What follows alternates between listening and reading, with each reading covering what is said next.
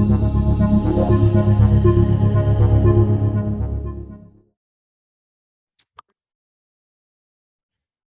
my name is Mohamed Tarek. Today I'll be presenting to you together with my colleague Julian our work on TopOpt.jl, which is a topology optimization package written in Julia. And the title of the talk is TopOpt.jl Topology Optimization Done Right. And hopefully by the end of this talk, I can convince you that topology optimization and Julia are basically the perfect match for each other.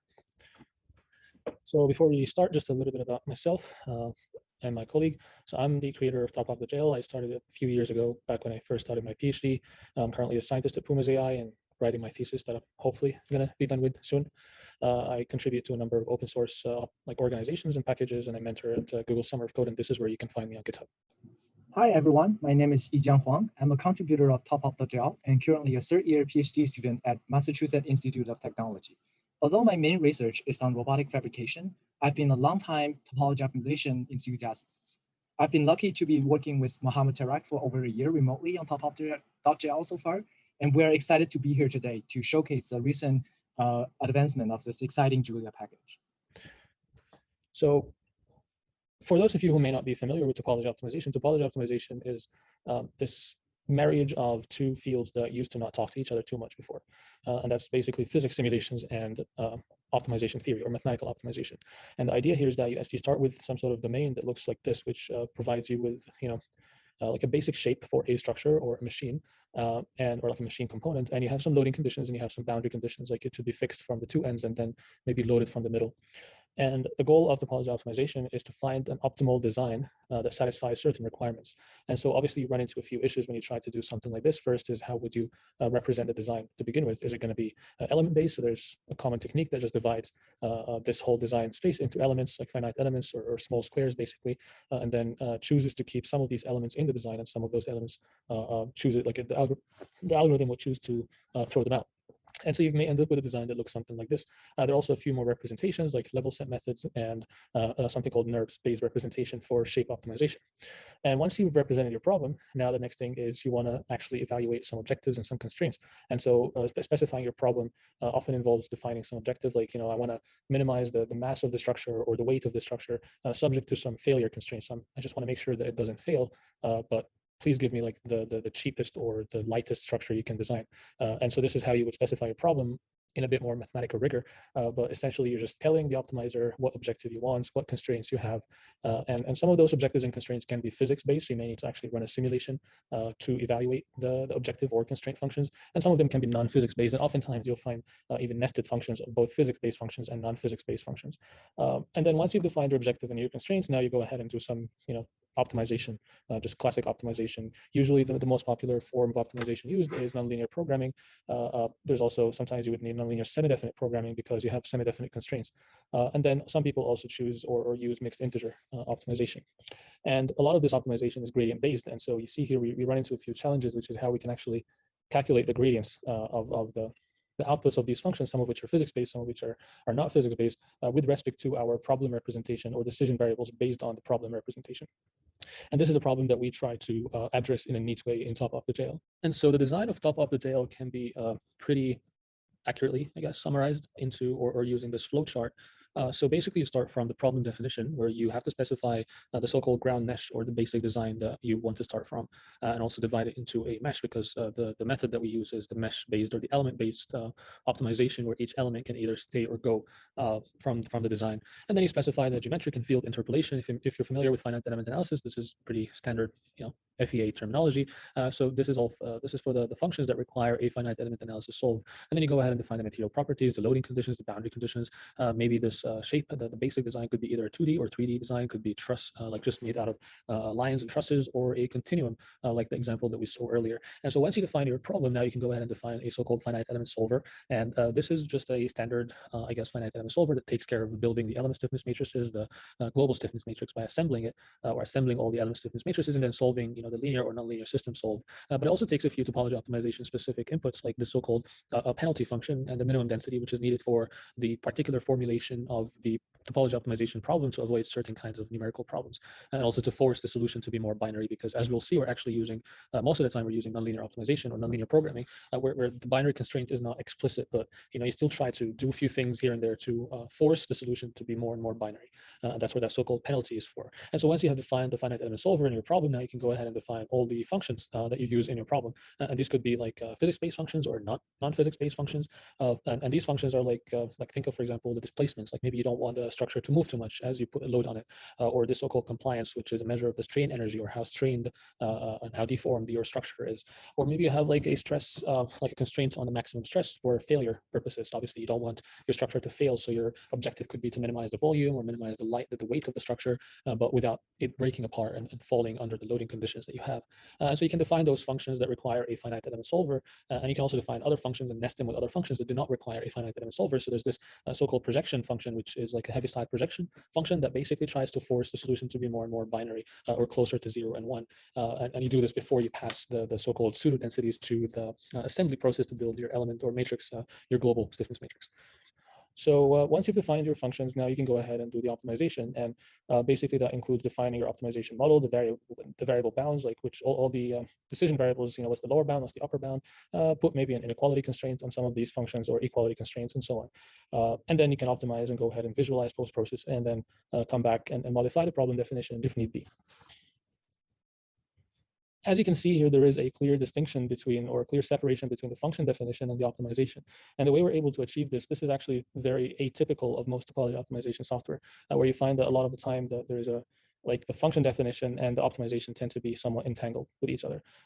Some of it is just poor software design, and some of it is because you have to define the gradients for these functions, and then you pass these gradients to the optimizer, and so sometimes they just tend to be a little too entangled when they don't have to. So the way we actually solve this problem in TopOpt.jl is using, I guess, everyone's favorite feature of Julia, which is differentiable programming. And so we all know that Julia basically prides itself as a differentiable programming language, and almost the whole language is differentiable. And so there's nothing really stopping us from defining the physics functions or those other functions, and then defining AD rules for them using something like chain rules.jl or chain rules core.jl. And then those rules are going to be picked up by the optimization package or the optimization code, and then it basically has access to all the gradients and all the function values, the gradients, maybe even the Hessians if needed. And so with this, we're actually able to link or separate the design of the functions and the finite element analysis from the optimization, and basically link them together. Even in fact, in TopOpt.jl, the optimization is done in a completely separate package, which is called nonconvex.jl. It doesn't know anything about where the functions are coming from, but it relies on automatic differentiation to calculate the gradients of these functions. So topology optimization and automatic differentiation are actually starting to get to know each other recently. Not many software out there use automatic differentiation for topology optimization, but it is starting to become more of a norm. Like I was discussing this a few weeks ago in the World Congress for Structural and Multidisciplinary Optimization. I presented this comparison between topology optimization and deep learning. And in many ways, I think that the topology optimization, the state of topology optimization software is comparable to deep learning software perhaps a couple decades ago or a bit more, when back then people were mostly just doing derivatives by hand. And there's this hierarchical nature of functions, and these functions are like very simple functions, so we know exactly what the adjoint rule of these functions are. And so we don't really need to sit down and derive gradients by hand most of the time. You can just define an AD rule that can support a whole bunch of primitives, and how like every way you can combine these primitives together. And in many ways, topology optimization is suffering from the same problem. In fact, sadly, to this day, a lot of papers in this field will still be like half the paper will be spent deriving gradients that span 3, 4, 5 pages long, and it's not very pretty, and it's extremely error prone. And all of this actually, or at least most of it, can be avoided if you just have a decent automatic differentiation system that you can use to differentiate your function directly without having to derive and then rederive every time you change your formulation. And so I guess the solution here is automatic differentiation. And if you think that this will come at a performance cost, well, not really, because we actually did compare our software and the performance of our software to a bunch of standard codes like used in literature and used in papers written in both Python and MATLAB. And for basically all of them, or most of them, the performance of TopOpt.jl was seen to be significantly better in a lot of the cases. And there's only one software that was actually able to keep up, because it was very neatly designed and written in Python using all sorts of like vectorization tricks in NumPy and so on. And so it was actually able to match the performance even for large problems. But That's the one on by Z Fergus at the bottom left. But basically, Top-Up.jl is able to achieve top performance while actually also achieving a lot of flexibility, because now that we rely on topology, on automatic differentiation, there are so many ways we can mix and match functions, and we don't have to worry about deriving gradients by hand anymore. And this will actually be demonstrated by my colleague in the demos or the tutorials in about a minute or so. So yeah, so I guess with that, I will hand the virtual mic to my colleague Yijiang, and he will be showing you some cool demos using TopOpt.jl and automatic differentiation and non-convex.jl. So thank you. Welcome to the demo session of TopOpt.jl. We will focus on the classic optimization algorithm called SIMP today, but please notice that we also support other popular topology optimization algorithms like Bethel and Jessel, so please check out our documentation for information on that. We will cover demos on continuum 2D and 3D domain, as well as truss 2D and 3D domains, and we will present various different objective and constraint formulation on these domains. So before we dive in, let me give you a quick overview of the SIMP algorithm. The SIMP algorithm is one of the most popular algorithms in topology optimization. Its full name is a solid isotropic material with panelization. So essentially, for each one of the little cells in the problem domain, we not only allowed the design variables to be 0 or 1, basically like take it out or include it. We kind of relax it to be a continuous value between 0 and 1. And then we essentially like iteratively perform FEA analysis, calculate the gradient, and then apply the filter technique to kind of blur out the domain. And then we kind of using the gradient information to update the design variables, and then we check if it is converged. And then if not, we just keep looping until we reach the convergence criteria. And as we will see later, the design of Top-Up.jl, its modular software components, is exactly trying to make flexible definition of each one of these components very easy. So without further ado, let's dive in the first demo of our demo session. The first demo is a 2D compliance minimization demo. So here we work on the classic MBB beam domain. This is one of the classic benchmarking domain in topology optimization. So essentially, we'll put a pin support on the left bottom of the domain here, and then we'll put a roller right here on the right, and then we're trying to apply the point load on the top. So basically, like by intuition, the whole beam will try to bend in this way, while the right end will try to expand, right? So by symmetry, we can further divide the whole domain into two parts when we can only consider the right part. So here we kind of put a vertical roller support in the middle, and the whole domain is like half of the MBB beam. So essentially, the entire workflow of Top-Up.jl looks like this. So first we define the problem, essentially define the whole domain, and then we kind of construct the FEA solver, and then we define the function, and then objective, and then we kind of plug them into an optimization engine. And here we're using non-convex.jl. So first, we first define the material property like the Young's modular Poisson ratio, and also the point load value that we applied on the domain. And then these are some of the other parameters that's involved in the objective and optimization. We'll explain later. So in line 16 here, we're trying to define the half MBB beam. Here we're essentially consider like a linear cell, and the problem size is 60 by 20. So essentially we're dividing this domain into 1,200 little cells. So that means our design variable vector is the 1,200 dimensional, right? And then each one of those little cells is a quad. Its dimension is 1 by 1. Right? And here we plug in the material property and the force. And line 18 corresponds to the construction of the FEA solver. And here we're performing a linear elasticity analysis to obtain the displacement of the problem. And currently, Top-Up.jl relies on Ferrite.jl to do all of this FEA construction and linear solve and things like that. And after that, we can define the density filter that kind of blur out the domain of our design. And here is a visual example. So from the left side, we're essentially apply something like a Gaussian blur convolution, right? It's kind of trying to blur out the design variables to make it kind of smoother. And there's a lot of literature on demonstrating the theoretical and computational advantage of applying a density filter like this to kind of overcome some of the numerical issues that involves in topology optimization. I will not go into detail into that. So after that, here's the interesting part. In line 22, we're trying to define our objective function. So here we're trying to minimize the compliance. So in a nutshell, compliance is essentially the work done by the external force, right? So when the load is applied on the domain, and the whole structure will deform, right? If the structure is very rigid, this deformation will be very small. And that means we have a small compliance value. If the structure is very flexible, the structure will deform a lot until we reach equilibrium. And that means we have a very large compliance value. So in this case, we want to have our structure to be a very rigid one. So we're trying to minimize the compliance value. So here in line 20, we're constructing one of the built-in physics-based function called compliance. It takes problem definition of the solver. And then essentially we take the design variable x, it's a vector, and apply the density filter. And then we plug that into the compliance function. And after that, we're trying to put an upper bound on the volume of the structure. So intuitively, if we have a very dense and heavy structure, the compliance value will be very small, right? Because you have a lot of material to support a given load. But this is not practical because we usually have a budget on the engineering project. So here we're trying to put an upper bound on the amount of allowable material to be used in the final design. So in this case, we're trying to plug in to put a summation over the future design variable and then average it and put an upper bound on that. And after that, we're done with the function definition and we can proceed to optimization. So in TopOpt.jl, we use non-convex.jl to perform all the optimization. And in line 31, we construct a model. We add all the design variable to the model, and then we also add the constraint into the problem. And in line 35, we're defining the convergence criteria for non-convex.jl. So here we're using the classic method of moving asymptotes to do the optimization. And then after that, we can show print out the minimizer's objective value, the constraint value, and visualize it using Mackie. So let's run now it's done. So here, this is the final design. So you can see the optimizer kind of poke out the unnecessary material in the domain. And thanks to the Mackie's excellent observable system, we can have an interactive visualizer. So here we can exaggerate the deformation to make the deformation a little bit more visually, distinctive. And also we also support scaling the support and the load to allow those vectors to be better visualized. Right. So this is the first demo, and the second demo we're going to show today is another classic domain called point load cantilever. So it's another 2D domain, and the basic element cell is still quad.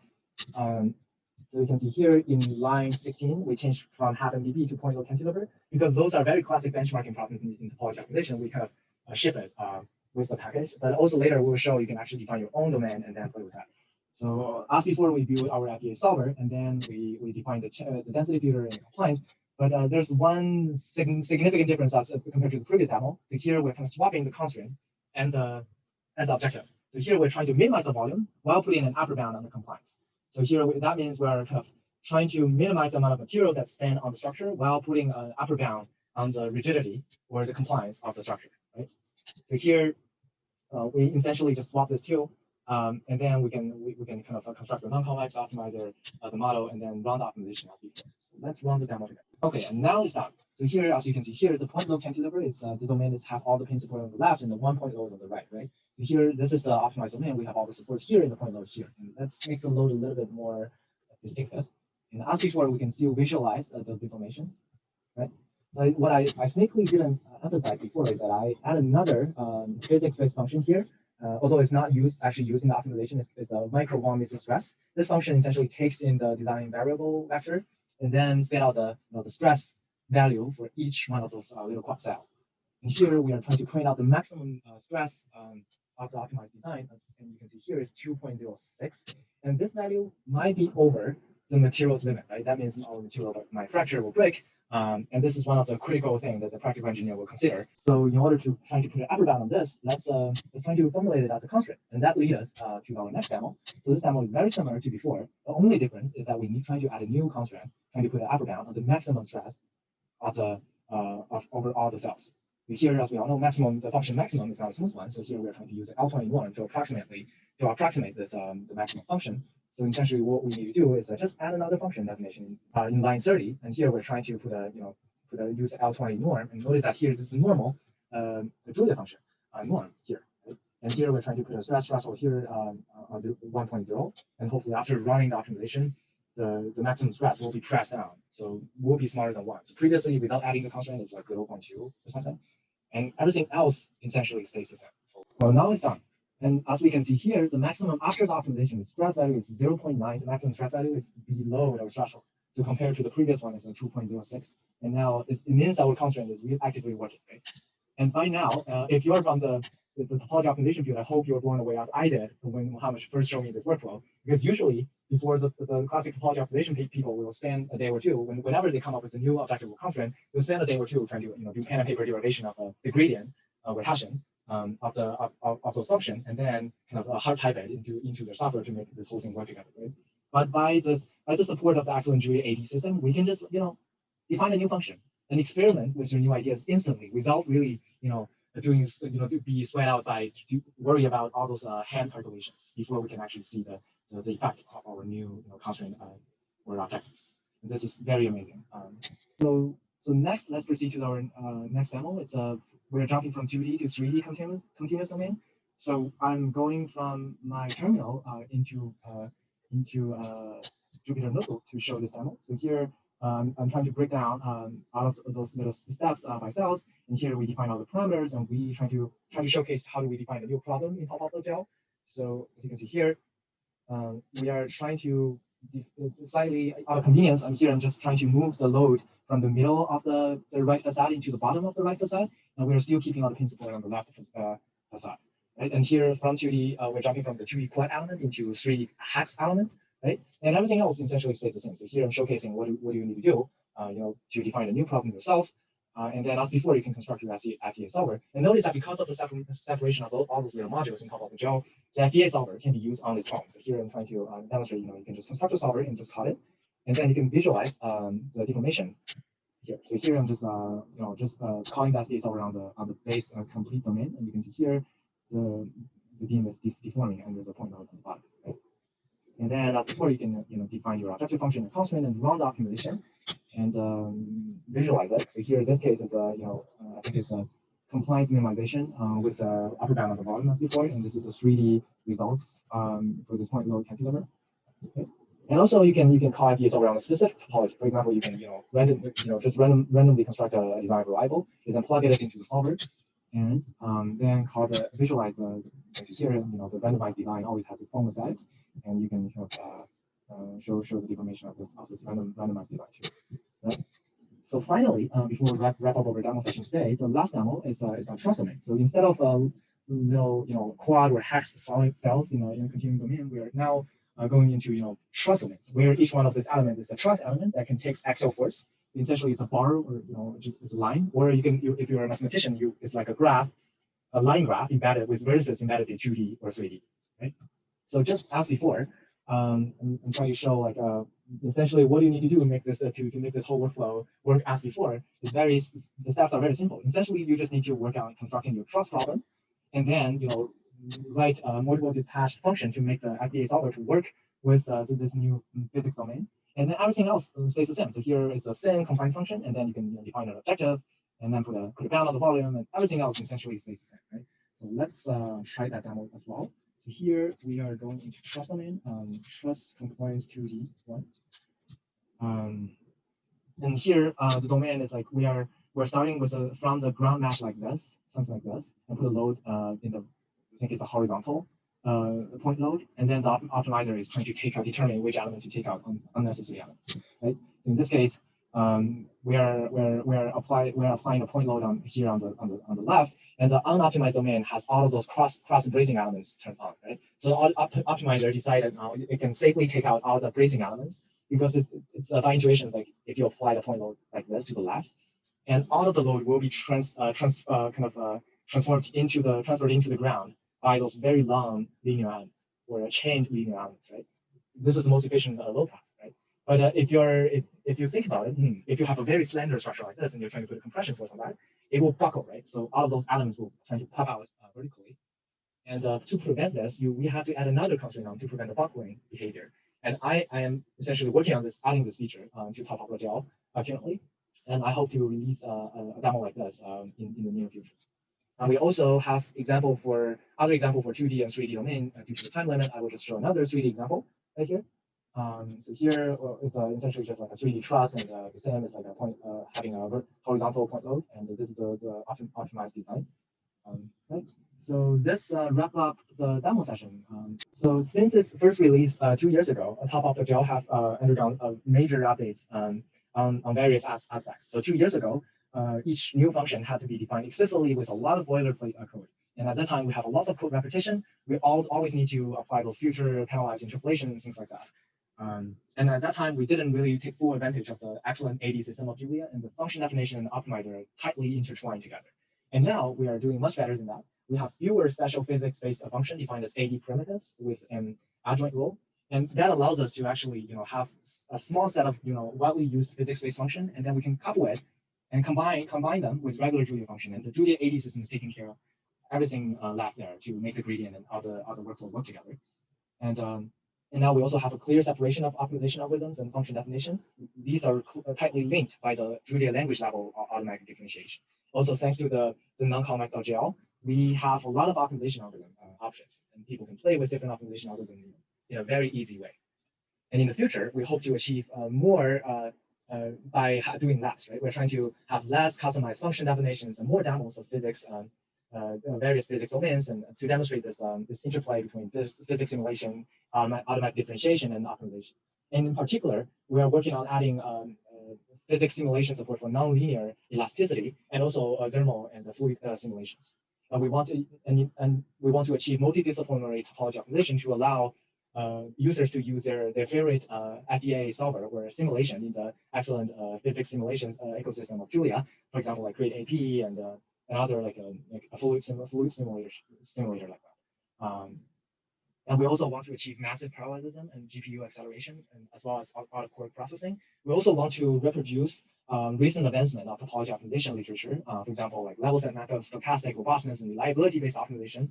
A lot of these papers do not have, open source code released with it. We want to essentially like build TopOpt.jl as the standard open source transparent test bed for academians as well as industry to deploy and test their new ideas in topology optimization. So please give us a start and contribute your ideas and your code to TopOpt.jl by clicking the link right here.